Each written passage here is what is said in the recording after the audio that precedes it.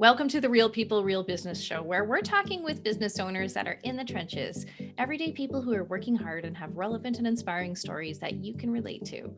Everyone we speak to is actively building and growing their business and is here to share their experiences, lessons, wisdom, and guidance so you can be inspired to take action towards your own goals.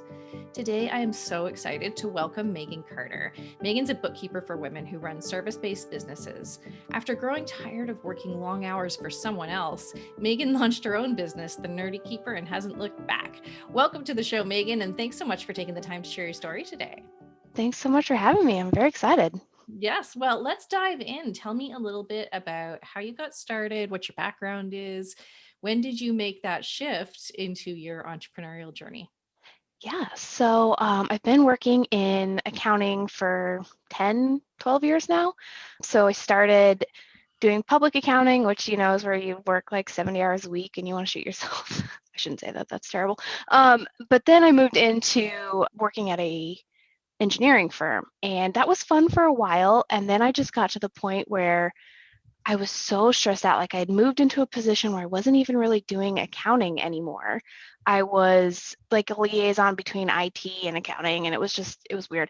And there were awful deadlines, and I was just stressed. And I was so tired of other people telling me when I could do things, like when I could have take PTO and when I had to show up, all of that fun stuff. So that's when I decided to going to another job is probably just going to end up with the same issue, right? So I decided that the best option was to work for myself. So that's when I decided I first wanted to I started with like a financial coaching business, and that didn't really get me anywhere. I think I felt like the easy route was to go bookkeeping. And so I avoided it. But then I eventually came back to it and I was like, no, this is really the route that I need to go. I think part of me just was thinking, oh, no, you're a CPA, you can't just like do bookkeeping. But it's the part that I really love, like the individual transactions, helping people see how things are going and all that. So I would kind of say that I'm still working the day job, funding my business, but I kind of switched into a role that's a lot less pressure. And so it was kind of like my bridge job. So yeah, that's kind of where I am, and now I'm just working on building the business so I can go full time when I'm ready to do that. Amazing. Well, I love that you have that flexibility and the kind of the choice that you can decide when that's going to happen and when it's going to kind of work best for you. Tell me a little bit about how you work with your customers. Like, are you running a fairly traditional bookkeeping service, or is there something you do a little bit different? Yeah, so I think I do it a little differently. It's all virtual, which I know with the bookkeeping world is a little bit new. You usually show up with your box of receipts, right? So I think that side's a little bit different. But basically, I do monthly bookkeeping service for my clients. So I'm going in every month and categorizing their transactions and, preparing their financial statements. And then one of the fun things that I do that I don't know that a lot of other people do is I create a dashboard. So a lot of my clients are more creative people. And so to see something visual, to see your revenue do this or your expenses has been really helpful for them. And one of the other things I really like to do is celebrate when my clients hit new milestones. And it's so funny because sometimes they'll come back to me like, I wouldn't have even noticed that I'd hit that revenue goal if you hadn't have said something. So I think that's a really fun part is just celebrating my clients' Mhm. successes. And I think knowing this industry and knowing the people that you're working with, there's a lot of fear and uncertainty around bookkeeping and accounting and money and financial management. And I think a lot of people just want someone to take the lead, right? Whereas I believe that business owners need to become really conversant in their money and be really good at understanding what's going on with their money. So, is there a way to kind of bridge that gap where you can educate your customers, but also be that kind take the lead in terms of the way they're thinking about their money and the way they're managing their money? Yeah, that's so true. So many people are afraid to even look at their numbers but yeah, just I think a lot of it is just being afraid to even look at it. Just actually looking at your numbers makes a huge difference. So, you know, s- a lot of clients are surprised when they actually go look and they're like, I'm spending how much on software? do I really need all of this? So I think that's one of the benefits of having a bookkeeper and having someone to show you your numbers and to just help you dig into them and be like, okay, this looks weird. What's happening here? I So think yeah. it's actually really empowering, right? To be able to feel like you can make those choices. And I think a lot of people wrap up the fear with not understanding what they're looking at when they look at like financial statements. But, that's only a small part of managing your money. There is a way to make it a lot more accessible. So is that what you're doing with your clients? Yeah, so that's kind of one of the things that the dashboard does. It kind of brings to the forefront what they're looking at, like where their money is going. And I think that's the biggest piece of it. Like financial statements can be a little intimidating. They're full of accounting jargon. And so if, nobody should have to have an MBA to understand their financials, right? So I think part of it is, yeah, just walking them through where their money's going, where the expenses are coming from, and just making sure that they understand how the pieces fit together. There's a lot of story in financials. Like I look at financials and I see a whole business, right? And I see a story around um, priorities and Yes. culture and fears. And how much of that are you kind of unraveling and interpreting for your clients? Yeah, that's a really interesting point because I actually do see that a lot. It's some of the clients who spend the most on like training and education. It's interesting, feel like the ones who are the least out there making money. So it's kind of like it's interesting to see those patterns, like, when you're avoiding doing some of the work by, you know, bringing all these other things, which I personally do myself sometimes, right? But it's just funny how you could see people's priorities and the things that they're focused on, or who thinks the next shiny software is going to be the thing that solves their problem, when really it's just, getting out in front of their clients and making money. But I don't know, part of me is like, oh, I shouldn't say that because it sounds judgy, but I never am judging people for where they're spending their money. It's just, it's an interesting like insight into their current mindset. And sometimes just being aware of that helps you begin to change it. Absolutely. I mean, I remember working with a financial coach and looking at some of my numbers in aggregate, and she was like, "Okay, so this number here, all this money that you spent on clothing is you just trying to feel better about yourself." And I'm Mhm. like, "Oh, you're right." And she wasn't being mean, but she understood the struggles that I had had, after having kids and feeling like my body had changed so much. And I'm like, "Oh, that's coming out in my money." You can tell that Yes. story just by looking at where I'm spending. So there's actually like a lot of emotional story inside of our money as well. And do you think that that's why people feel a little bit hesitant to show their numbers to anyone? Oh, yeah, I would definitely agree with that. Money is really just kind of a reflector of where you are. And, they say you get a huge collection of money and that's just makes you more of who you are, right? So then watching where your money is going really, really does make a big difference. And yeah, I think people avoid it just so that they don't have to confront that side of them.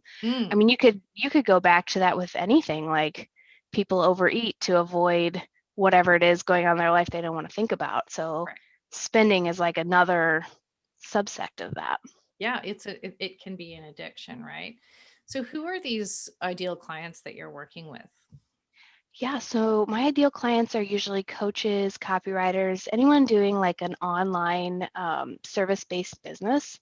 Mm, Basically, anybody whose like entire business is online and is serving someone else. And I just really love people who are out there working with their clients and helping them grow or do whatever it is they're doing. And so I feel like I get to be a small piece of that, even though I'm not directly coaching people, like I'm supporting somebody who gets to do that. So it's really fun. You kind of get your hands in all kinds of businesses. yeah, no, it's fun for sure. I've been working as a consultant for a really long time, and I think that's what I enjoyed as well, was just being able to experience so many different industries and so many different types of businesses, and like working for a pallet company and understanding the business of pallets, which actually is really interesting, and It's then interesting. working for a shipping company and understanding long-term shipping and long range shipping. Like it's all, it's neat to be able to see how many different ways people make money. Yes, some of it surprises me. I would say, I don't know, I'm very accountant brained, right? Like spreadsheets are my thing. But to see some of the stuff that's just cerebral that people come up with, and it's like, I never would have thought somebody would pay for that, but here you are, and that's awesome. Oh, for sure. I mean, I remember looking at a business that all they did was landscaping underneath highway billboards.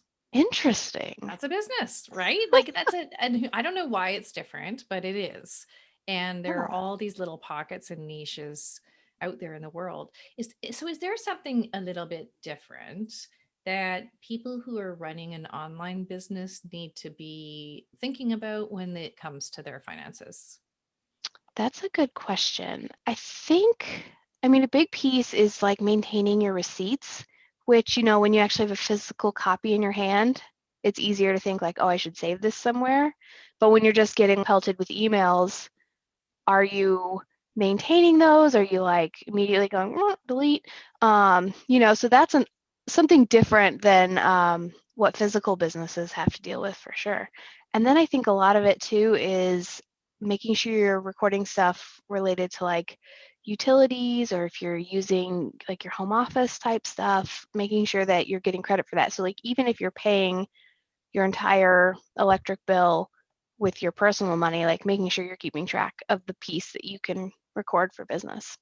Well, I think that's one of the big things is splitting up those personal and business expenses when it comes to these small like solo entrepreneurs, online business. Like a lot of people, it's so integrated, right? And Oh, there's yes. like it, the line is really blurred between what I'm trying to pay for from a business perspective and what I'm trying to pay for from a personal perspective, and how it all kind of fits together.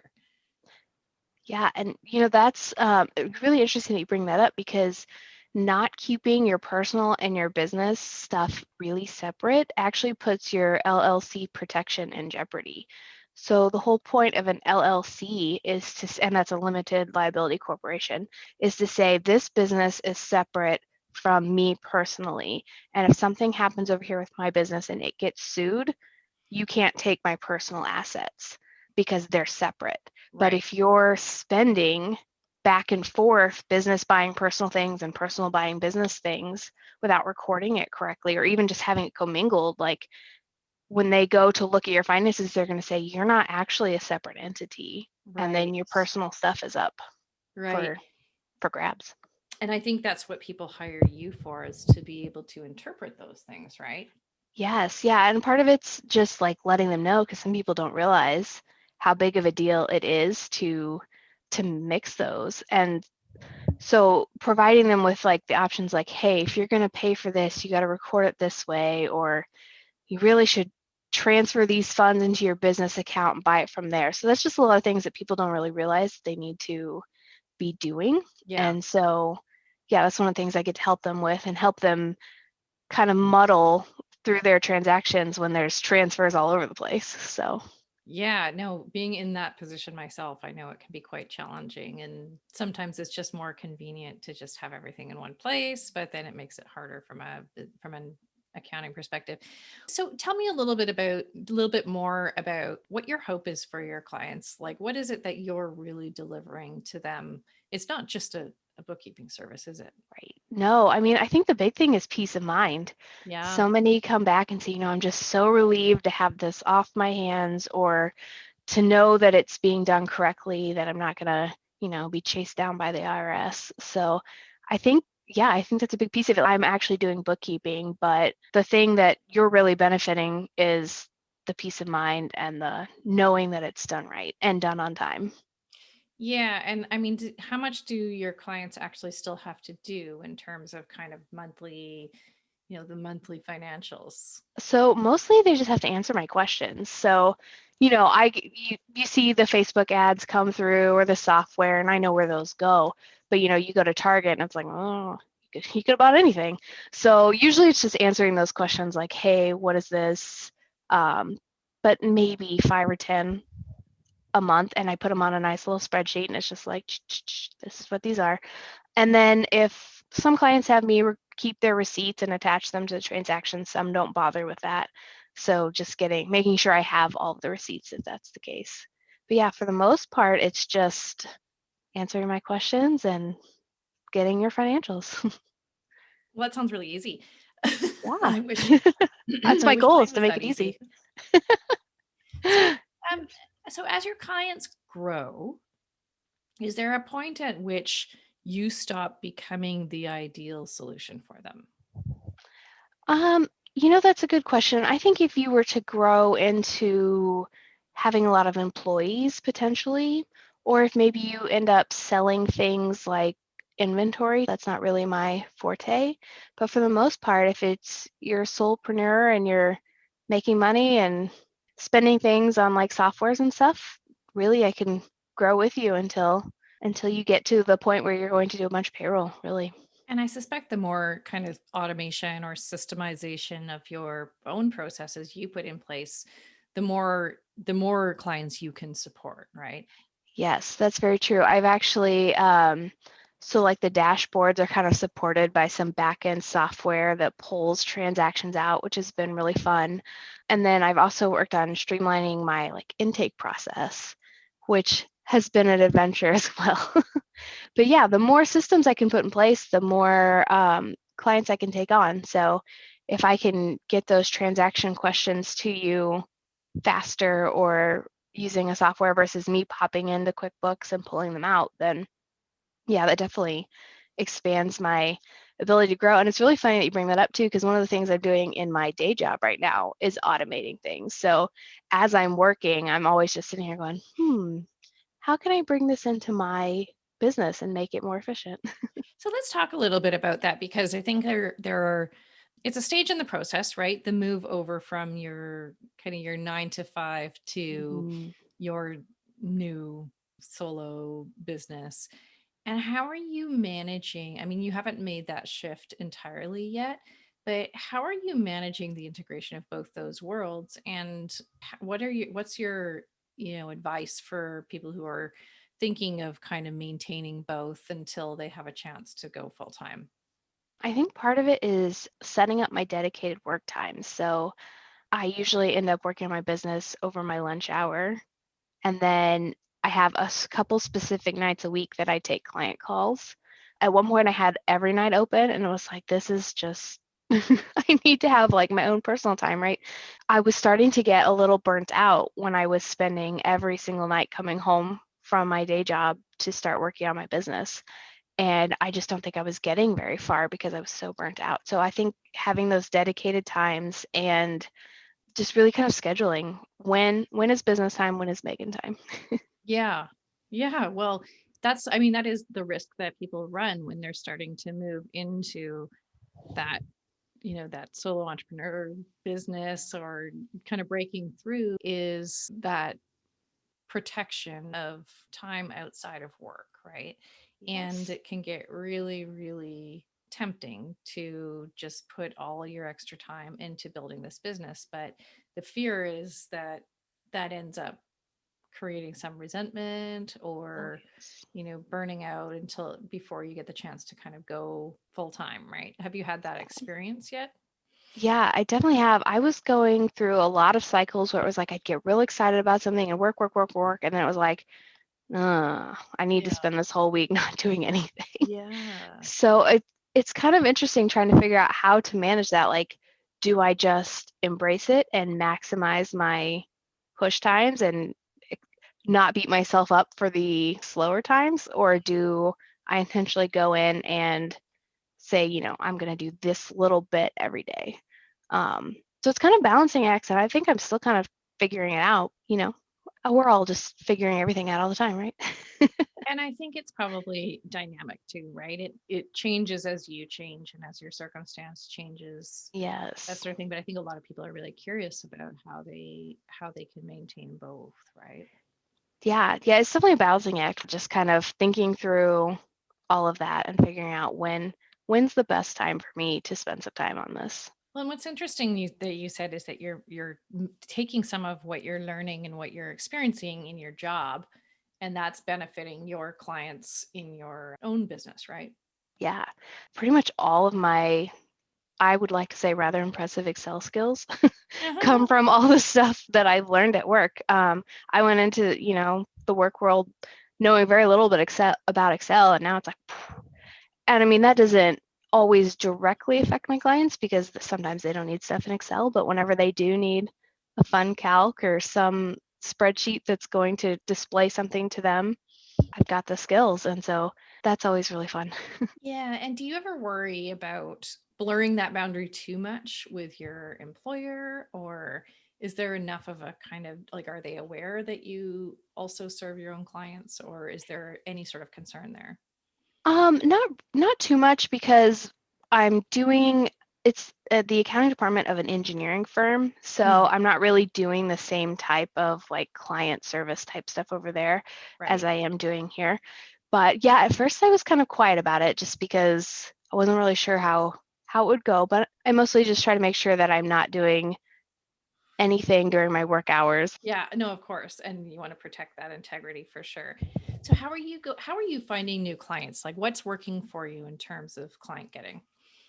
Yeah, I love that question. I've gotten several referrals, which has been really nice. And then I've just tried to be more active and interacting on Instagram and following the types of people that I know would make great clients and interacting with them. Some of it's just joining when I'm in like masterminds or group programs, or you're just meeting all of these wonderful people who then sometimes end up being clients.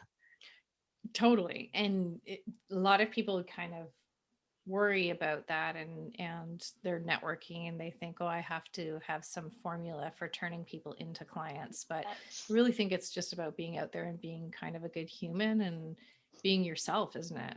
Yes, that's so true. And I think about like networking events, I just kind of like cringe. Like that sounds like the worst thing ever. But to actually interact with people in other settings, like in Facebook groups or in part of programs that you're in, where you have like a shared similar experience, I think that's just way less like cringy to my introvert soul. So Well, the shared experience, I'm glad you brought that up because that's such an important part of building relationships, right? And whatever that shared experience is, sometimes it's like people who go through trauma together, and sometimes it's people who go through celebration together, and sometimes it's just like an event that you experience together. It's incredibly impactful in terms of building relationship with each other. And so, how are you putting yourself in a position where that happens on a regular basis? I'm just, part of it is just really trying to show up, especially when I'm in a mastermind or a coaching program or something like that, just because my tendency is to sit back and just watch, right? But trying to make sure that I'm asking questions and answering questions and just getting to know people, like reaching out, like, hey, I think it'd be really great to chat with you. Let's set something up and let's have a chat. I think that's part of it, just showing your human side, because bookkeepers are pretty nerdy, right? Built right into my name. But I think just making those connections is really helpful. Are you finding that you have to do a lot of education to help people understand how they work with someone like you or how they get from where they are right now? I think there's a lot of people who are really fearful, as we talked about before, and aren't really sure how to get started. Yeah, that's a good question. I have some clients that just come to me like, I know that I need a bookkeeper. I need to pass this off and done. And so they're inviting me into like the books that they've already done. They're just tired of doing them. But Yeah. then I have some clients who come back and like, I'm trying to do this on a spreadsheet and this isn't working. So yeah, there is some education on some of it as to how the whole process works and when they need to be paying estimated taxes and doing all that fun stuff. So it's kind of a toss up. Half of them are ready to go and just done with doing it, and half of them are needing a little more education. So you mentioned Instagram is really working for you. As an introvert, do you find that it is tricky to stay active and engaged, or are you finding ways to kind of get around that? I would definitely say that it's tricky. I definitely go through periods where it's like I'm super active and then I fall off a little. So one of the things I've done is I actually have a VA who helps me. She does most of my like really basic posts that go out so that I'm always present, Yeah. even when it's like Megan needs a small break. So that's actually worked out really well. And so then I don't feel like when I'm coming back into it, then I'm starting completely from scratch. Yeah, and engagement is a really important part of any of those social channels too. And so I find that a lot of people get kind of really tired about for maintaining those channels rather Yes. than, being able to be excited and energetic and engaging all the time, right? Yes. So I think finding that balance is super important, and it sounds like you found some help. Yes, definitely. And I think part of it too is that I've kind of just focused on Instagram. So like I still have a Facebook page and she still posts there, but for the most part, I just Facebook is like overwhelming to me. So it's like I took the app off my phone and I set up the website as an adult site so I can't get to it. So just kind of creating that separation has really helped me. So then when I do just focus on Instagram, I feel like I can do a better job. Well, that's really interesting. Like you've gone to extents to actually block yourself from Yes. the channels that you really don't like. And I love hearing that because I think a lot of people feel like they should, right? They really should be Mhm. out on all these channels. They should be working Facebook and Instagram and that sort of thing. And I think a lot of people just really don't like that. Yeah. And you have actually banned yourself. And have Yes. you found that banning yourself has affected your marketing or your client getting? I don't think so. I mean, from the perspective that I sometimes forget to go check it and somebody's tagged me in something 2 weeks ago. That happened once. So then from that perspective, I probably miss out on a few things, but I know for me, what I was really doing was just sitting there and scrolling through it. And Yeah. we all know 2020 was like a social media crap storm. So it's like the break, the separation was just really helpful for me. So now, yeah, now I have to be very intentional about going on there, but I still think that I'm making the connections with the people that I need to make connections with. So I think it's still working. Yeah. And I think some people have shifted to seeing their social channels almost as platforms for creating, right? And for just an outlet for their creation, as opposed to putting all this pressure on, the metrics and that sort of thing. Yes. Yeah, agreed. I know it's one of those things, it's like I feel like I should go look at all of my insights, but at the end of the day, I'd rather work on making connections than making sure that my insights are good. Well, and the thing I keep reminding my clients of is like, you don't need 100 customers, Yes, right? You don't need 100 new people. You just need a couple. exactly. And that's so true too with bookkeeping because usually once I have a client, it's an ongoing relationship until the point that they either decide they're not interested in business anymore or, whatever it is. But usually it's ongoing. So, what's the average lifespan of a client with you? I've had some for 2 or 3 years now. Usually if they're no longer a client, it's usually because they've decided that they're just not going to focus on their business right now. Right. That's the biggest 'Cause I factor. think it's an interesting business because once you get set up, because people don't really like have an affinity for bookkeeping and accounting on their own, that once they're set up and they're happy and everything like just kind of rolls, Yeah. I think Yeah. then a lot of people are a lot less likely to want to make a change there, right? Yeah, definitely. And it's one of those things once you make the decision that you're ready to hire somebody and get it off your plate, I don't think there's really any going back. Who wants to take bookkeeping back over? I actually kind of like it, Yeah. but yeah. I know I'm in the Some people enjoy minority it. there. Well, the fact that I enjoy it makes me in the minority too. So, Right, and you're willing to do the thing that people just really don't wanna do, but yeah. coming from the perspective that I have too, I actually really want people to be more aware of and conversant with their money without having to kind of go into the Yes. depths of doing all their own bookkeeping or what have you, so I'd love to see that sort of in between stage where business owners can have access to and an understanding of their finances, but don't have to get dragged down into upkeep, right? Yes, that's so true. I don't want to be the person that just takes over your money and does it all. It's still your money, it's still your decisions. You still need to know what's going on. I'm just here to make it easier, to make it more accessible, and to take that weight off your plate. Like, the fears and the feeling like you're always behind or like it's weighing you down. Like, I want to take that off your plate, but at the end of the day, it's still your money. You still have to make the decision, so you still need to be involved. So where are you going from here? I mean, you talked about hiring somebody to help you on the marketing side. Do you have visions of growth or visions of scaling the bookkeeping side of the business so that you can continue to grow, or like what does that look like for you? So my goal is to continue growing my client base and basically replace my full-time income so that I can switch over and do it full-time.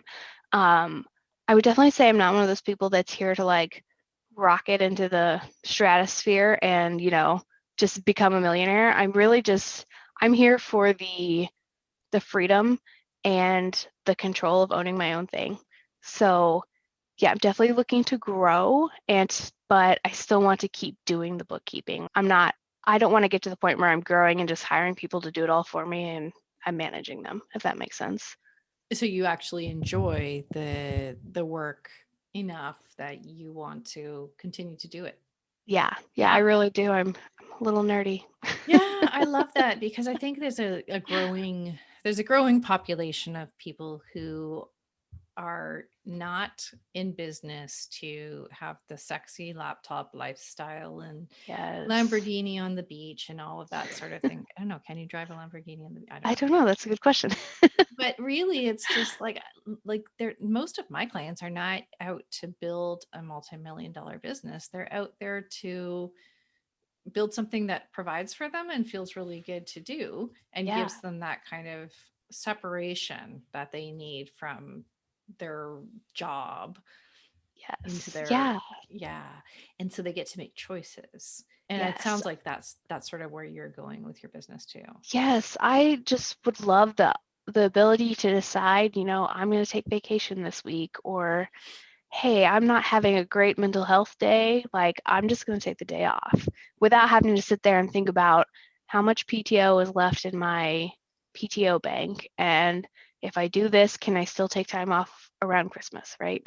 Um, so just the freedom and the flexibility to get to do that and to set my own schedule and to work and talk to the people that I want to work and talk with, I think is really exciting too. I want to dive a little bit more into the whole money thing, right? Ah, Because you said at the beginning that you tried financial coaching and that wasn't really all that interesting to you, but I almost feel like anybody who's helping others kind of manage their money is, in a sense, coaching people from a financial perspective, right? yeah, that's true. So I think part of it was a marketing thing. The nice thing about bookkeeping is you have a client, you continue working with them, but with these coaching clients, it was more of a turnover. I was constantly like having to find people. So that was part of it. And I think part of it too is that I was kind of looking at it from a Dave Ramsey get out of debt, like fix your problems perspective, which just isn't really my forte. I'm not huge on, I don't want, conflict's not the right word, but like confrontation.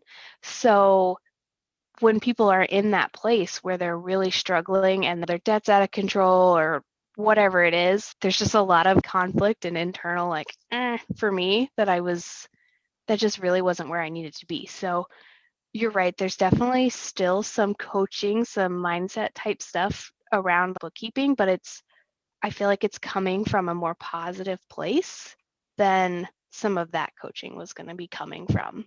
And so it was just a better fit for me. Such an interesting perspective. I never thought of it that way, that there was something almost contentious um, about the coaching, but I can understand where you're coming from. And instead of fixing problems, you want to be part of the solution, right? Yes. Yeah. And I think Mhm. that's just part of my perspective. Like I take things on a lot. And so, for instance, I had a client that was really not a great match for me with bookkeeping. But part of it was like I was doing payroll for her and the payroll processes weren't going through. Like, there just wasn't enough to to pay them. And like I took that stress on myself, and it's like it's not really my problem. Like I'm here to push the button and make it happen, but it still like stressed me out. And similarly, like I did the books for a ministry once, and it was similar to that, where it was just it wasn't my problem, but it was stressing me out. So I think that's part of it too. It's just like I know that I personally need to not be in that situation. And Right. so moving to clients who are like growing their business and doing really well and working for themselves has been a big game changer for me. What do you think that your clients are struggling with most from a money perspective? I think a lot of it is not knowing where their money's going. Mm. I, es- I think especially of like software expenses, when I show them the total, they're just like, what? How can it be this many hundreds of dollars a month? So yeah, I think just the not realizing what all they're paying for and maybe not like going and digging through it. So I think that's a big thing that my clients struggle with. But then that's the nice thing about bookkeeping is that I can put that in front of them and help them figure out what it is they actually need to be paying for and what maybe they could do without. Right. And in a way, you're almost coaching them in that respect because you're seeing the patterns in their spending and helping them become aware of it. Do you ever come across people who, see those numbers and get emotional about them? I mean, it's a really interesting thing to be faced with, right? Yeah. I would definitely see a lot I see a lot of I don't know if I want to say beat down, but just like they feel guilty, like that they weren't Mm. paying attention or they feel dumb, like that they did this. And it's like, it's you don't feel that way. Like there's no reason to. It's just we now see the problem and we can make a change. We don't have to, I mean, money is just in general a place where people feel a lot of guilt and Yes. shame And and shame. so just trying to coach them through like, it's not a big deal. We'll just hit the cancel button and everything will be fine. Does not have any say on who you are as a person or your own worth. So as you've been growing, what would you say has been sort of the most pivotal thing for you in your business in either getting it to where it is right now or seeing the path for growth? I think the biggest thing is getting involved in having a coach or being a part of a mastermind. Mm. And I mean, part of that is just my personality. I'm a total obliger. So, like, having somebody there checking up on me has really helped. So, from a bookkeeping perspective, my clients expect the financials. So, that fulfills my obligerness. But from like doing stuff for my own business, finding new clients, all of that stuff, having somebody that's really like checking up on me has made a huge difference. So do you keep yourself engaged with somebody who gives you that accountability? Yeah, so I kind of switch back and forth between what I'm doing. So right now, I'm part of a mastermind, Hmm. and it's a small one. There's only 6 of us, which has been really helpful. I feel like sometimes when I get involved in group coaching programs, if there's too many people, I'm like Right. back here, like not asking questions and not interacting. But when there's only a few of us, it's like, okay, I can't be that one person. Yeah, that's why I keep my group coaching program quite small. It's really intimate. Everybody knows each other's stories and they've been around Yes. together for a long time. And I love seeing how they all kind of interact with each other. It becomes less about me coaching and they all start supporting each other. And it's really, really awesome to Yes. see. And sometimes that's just the accountability that they need for sure. That's so true. Yeah, I think the other members of the group, like if I was to disappear, would be like, hey, where Hey, are you? What are you yeah, doing? And yeah. I found it's funny, I found this in all areas of my life too. Like I recently hired a personal trainer Mm, because it was like, I mean, I'm part of this class that meets every night, but I was easily talking myself out of going because there's like 12 people, right? Nobody's gonna know if Megan's not there. But my personal trainer, if I'm not there, I'm paying for him anyway. So right. yeah, I think it's setting up those accountability systems that has really helped a lot. Yeah, and if that's what works for you, I'm a rebel, so accountability Yes, for me, external accountability doesn't work at all. I love that. And so, but we fight ourselves. We like Yeah. constantly fighting ourselves in terms of accountability and getting things done. But I wondered like how have you sourced and found those ideal groups that provide you the kind of accountability that you need? Yeah, a couple of them are actually my clients. It's like I see Oh, the great work you're doing, and I'm like, okay, I apparently need to be involved in this. awesome.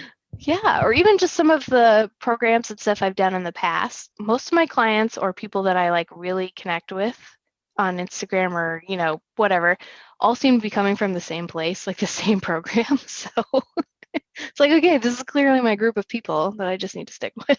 Totally. And you do. You find your groups and I think a lot of people try to be involved in too many things and then when you find your people, I know that one group that I was in was has served me, continued to serve me in my business for years, for 3 or 4 Yeah. years now. It's been like, I'd say at least 50% of my clients have come from this group or referrals from this group. So, Yes. Yeah.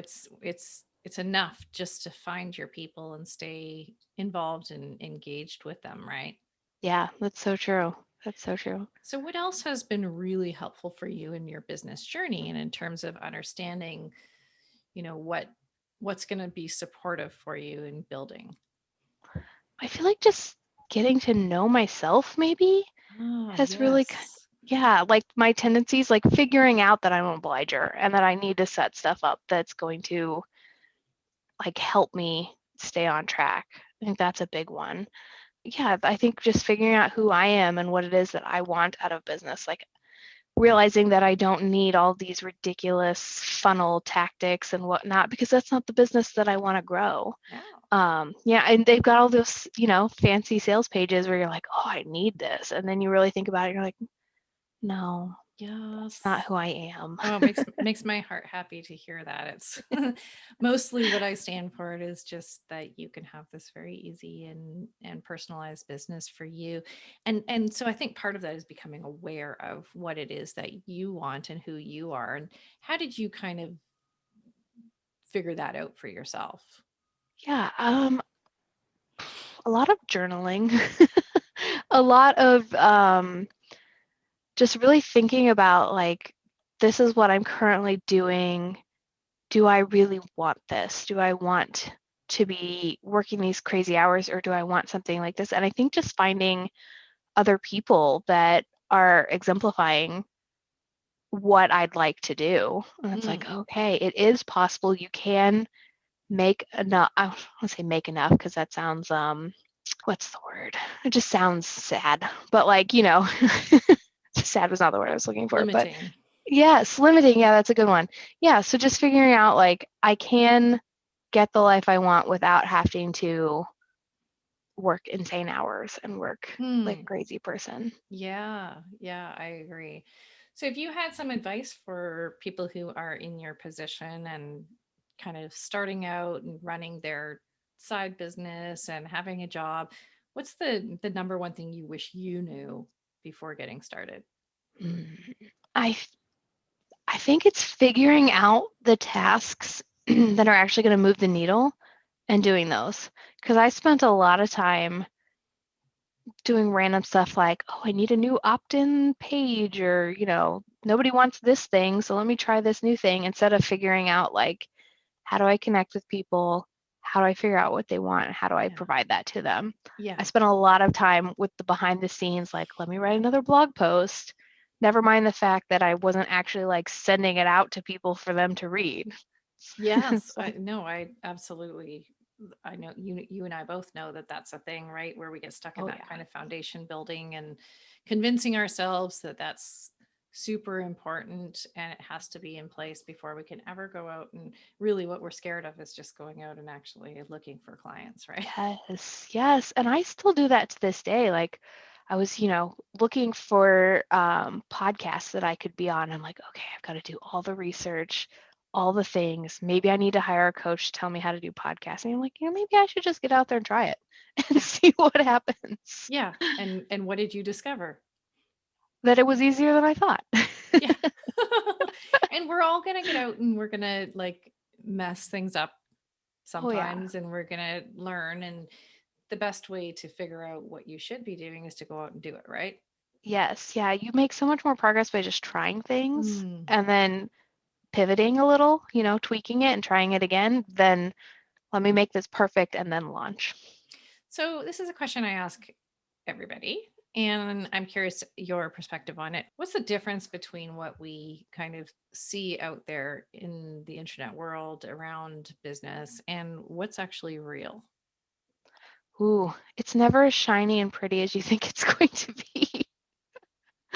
Um, that's so funny. Because I think of like, everybody out there with their beautiful pictures and their like perfectly curated world. And it's like, I'm over here in sweatpants and a ponytail, like just Mm, working away, right? Um, so I think that's a big perspective change that, it's not all as pretty and fancy as you think it's going to be. yeah, And it doesn't always go as well as you think it will. you know that your day to day is a little rough when your neighbors start commenting on how nice your hair looks because you actually brushed it today. Right? Yes. I always think of Awesome. those people who are like kids who are like, "Oh, are you going somewhere? You put on jeans. Yeah. It must be a fancy day." Awesome. Okay, well, we're coming up on time. What's next for you? How can people find you? So I'm at thenerdykeeper.com, and for next, I'm just continuing to grow my client base. So monthly clients, people who want their quarterly stuff reviewed. Yeah, that's working on growing it so I can do my own thing. Make that exit. Yes, Good. amen. Good. Awesome. Well, we'll put all the links in the show notes and Perfect. make sure that you go check out Megan and her wonderful business because I know everybody needs a little bit of help here. But thank you so much for coming on the show and having this conversation with us. It's always good to hear how real people are actually making the leap, right? And I think a Yeah. lot of people will be inspired by knowing that you can make that transition over time, right? Without having to have some big kind of jump off the cliff moment. Yes, I love the Hmm. idea of pulling the boat up to the dock before you step off. Oh, I like that. All right. Well, that's a wrap for this episode. Such an amazing conversation. And make sure you go and check out Megan and her amazing business. And thank you for tuning in to hear this story.